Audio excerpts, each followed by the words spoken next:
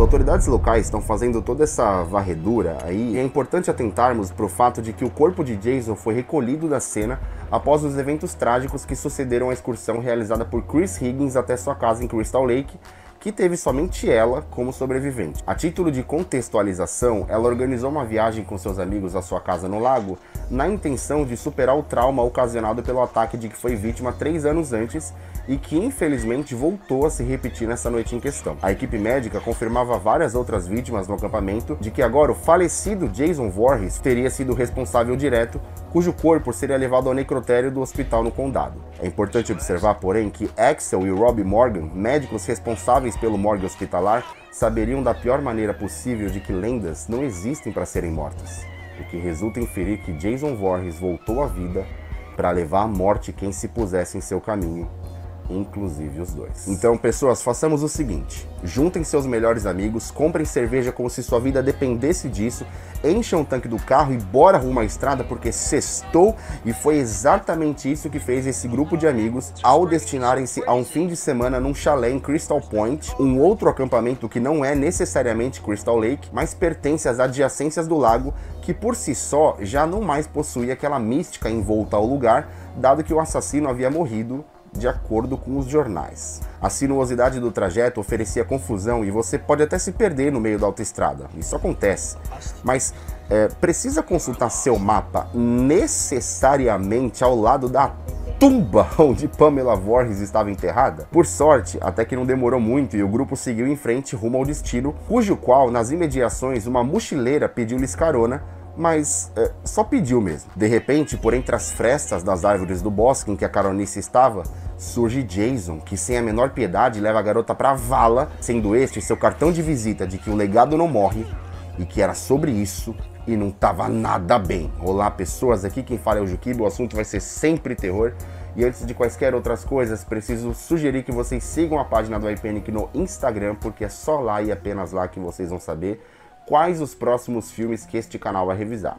Também nosso TikTok, cujo username é iPanic. Devo encarecidamente solicitar também que vocês ativem as notificações no celular para que vocês não percam os vídeos que eu lançar por falta de aviso. E quem quiser ou puder contribuir com qualquer valor para a manutenção desse canal e também por ocasião do meu aniversário, que foi agora, dia 5, quinta-feira, a nossa chave está aí na tela e na descrição se você preferir copiar e colar. Lembrando que para valores acima de R$10, você terá seu nome citado no início do próximo vídeo, tal qual eu farei agora, agradecendo ao Cássio Scherer, a Maria Barros, ao Joanelson Gonçalves, ao Matheus Silva, ao Luiz Heitor, ao Enio Duarte, a Gabi Moura e ao Danilo, que nos presentearam em virtude do aniversário, e você também ainda pode fazê-lo e aparecer aqui no próximo vídeo, bastando contribuir com a gente através da chave aí na descrição. Mesmo quem não consiga colaborar com valores, eu peço, do fundo da minha alma, marcada pelo mal, que vocês cliquem bastante em gostei e comentem o tanto quanto vocês puderem. Gente, sério, pode escrever qualquer coisa, eu vou responder de todo modo, tá? Porque assim o YouTube entende que o vídeo é relevante e por consequência entrega para cada vez mais pessoas. Dito isso, vocês já sabem que mais detalhes vêm no final do vídeo, já sabem que esse vídeo tem spoiler, que é a revelação final do enredo, então preparados ou não, partiu!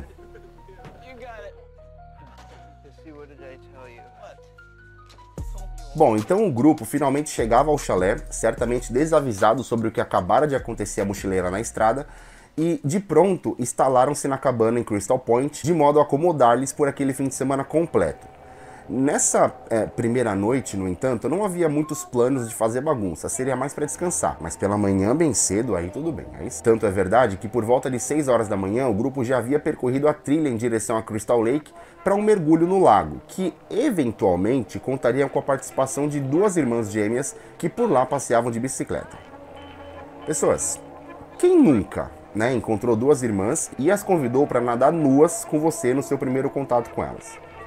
Clássico. O rolê então foi basicamente esse, e isso meio que frustrou os planos de Trish Jarvis, vizinha imediata do grupo no chalé, que pretendia um passeio em família com seu irmão Tommy Jarvis às margens do lago, o que se tornou inviável diante de tanta gente nua. Na decepção por não fazê-lo, ela, junto ao irmão, decidiu voltar. Mas o carro, ele não estava muito afim. Um problema mecânico os fez parar na estrada de terra, mas apesar de voluntarioso, o pequeno Tommy não era capaz de consertá-lo adequadamente.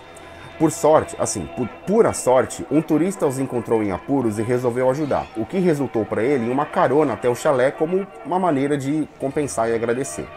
Rob Dyer visitava o acampamento para caçar ursos e realçava preocupação por crianças passando férias, sobretudo nas adjacências do Lago Cristal. De fato, a carona que recebeu foi bem-vinda, mas apesar da hospitalidade da anfitriã e do entusiasmo de Tommy, que resolveu mostrar seus brinquedos macabros, tipo as máscaras que ele mesmo fazia, Rob decidiu não ficar por muito tempo, pois a caçada ele esperava, a noite era uma criança e o Palmeiras...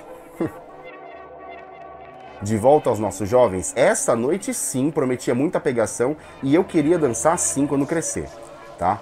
E mesmo as gêmeas juntaram-se a eles na cabana para festar, apesar de conhecê-los tão pouco.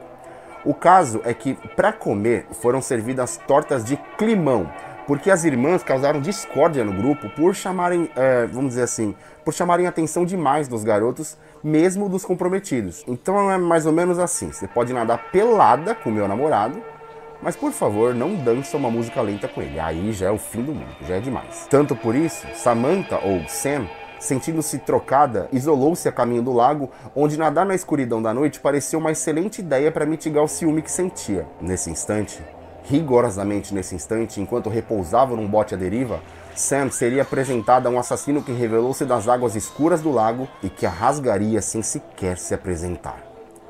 Senhoras e senhores, Jason Voorhees estava de volta a Crystal Lake e isso era problema.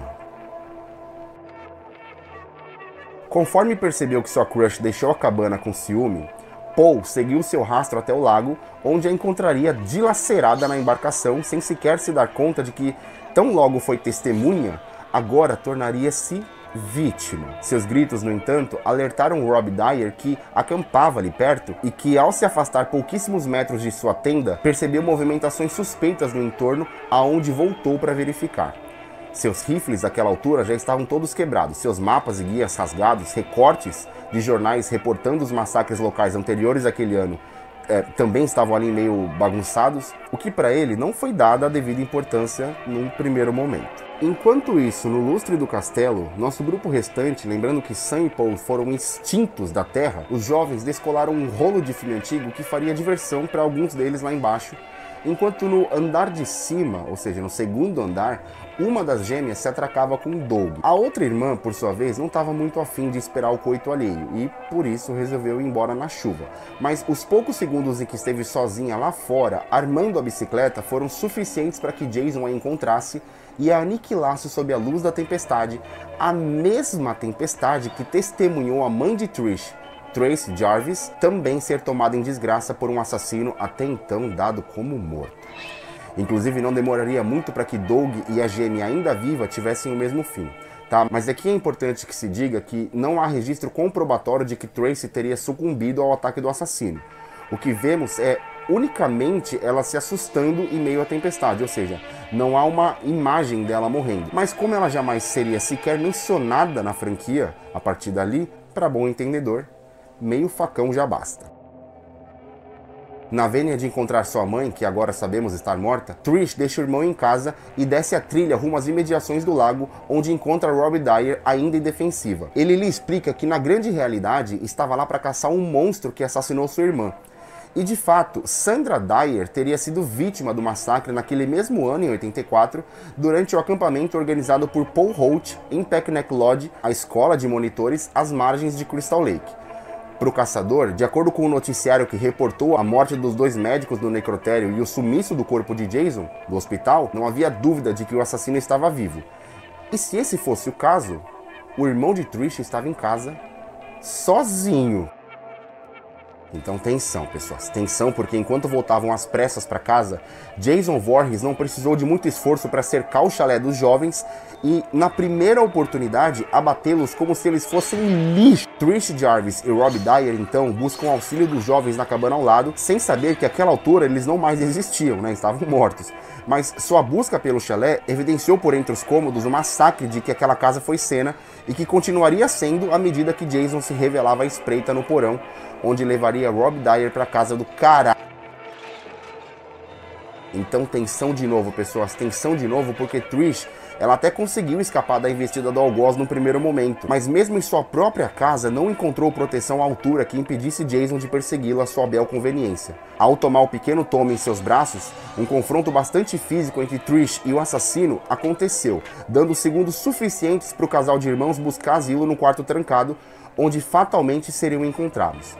A astúcia de Trish, mais uma vez, conseguiu ferir o monstro a ponto de desacordá-lo, mas daí a matá-lo existe um abismo de distância. Jason Voorhees se levanta da inconsciência e passa a perseguir a garota de forma incessante, enquanto Tommy, em meio ao massacre que se instalava em sua própria casa, resolve, como é que eu posso dizer isso? Raspar o cabelo, tá? Porque ele julgou prudente o plano de se assemelhar o máximo possível com Facínora quando criança, uma vez que leu os noticiários que o Rob Dyer havia coletado, para que em contra-ataque psicológico pudesse ludibriá-lo a fim de dar-lhe o golpe fatal no momento oportuno. E não é que isso foi feito de forma sábia. O pequeno garoto atraiu o assassino à sua atenção, permitindo que seu irmão o atacasse pontualmente, o que não chegou a feri-lo no início, mas retirou sua máscara em instantes necessários para que pudéssemos observar a aberração chamada Jason Voorhees.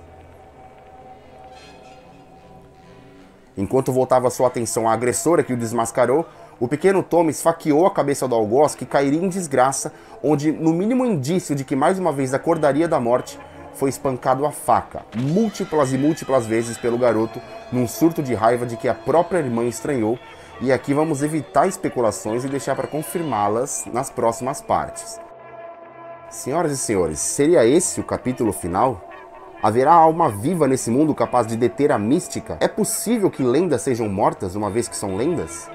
Olha, eu acho difícil, mas é importante evitar viajar com os amigos nessa época do ano, sobretudo nas imediações de um lago qualquer, e muito menos se for numa sexta-feira 13. Sexta-feira 13, o capítulo final, ou originalmente Friday the 13th, The Final Chapter, é o quarto filme da franquia de terror slasher Sexta-feira 13, ou originalmente Friday the 13th, tendo essa quarta parte sido lançada em 84, produzida pela Friday 4, distribuída pela gloriosa Paramount e com selo R de classificação indicativa, sendo no Brasil permitido para maiores de 14. Ao IMDb, o longa registra a média 6, ou seja, nota azul, e uma aprovação de 51% no Rotten, que são parâmetros populares de avaliação. A crítica especializada, sobretudo a brasileira, pega leve com a produção, no sentido de realçar a repetição de uma fórmula para a qual a franquia foi feita para usar, atentando para que essa parte, intitulada como A Última, talvez tenha sido a melhor da franquia e que cujo sucesso de bilheteria nos cinemas ao redor do mundo, arrecadando pouco mais de 33 milhões de dólares, meio que obrigou os executivos da distribuidora a repensarem o Ultimato, trazendo uma sequência já no ano seguinte. Há um final alternativo para o longa, esse que você vê aí de fundo, mas que em nada acrescenta para o enredo como um todo. Ele tenta responder a questão de se a mãe de Trish morre ou não, mas ao respondê-lo revela-se como um sonho da filha, o que para nós não significa nada em questões contextuais. Então, dito todas essas coisas, Sexta-feira 13, o capítulo final comigo, tem nota 7. Se vocês gostaram do vídeo, por favor, clique em gostei e se inscrevam no canal para levá-lo adiante.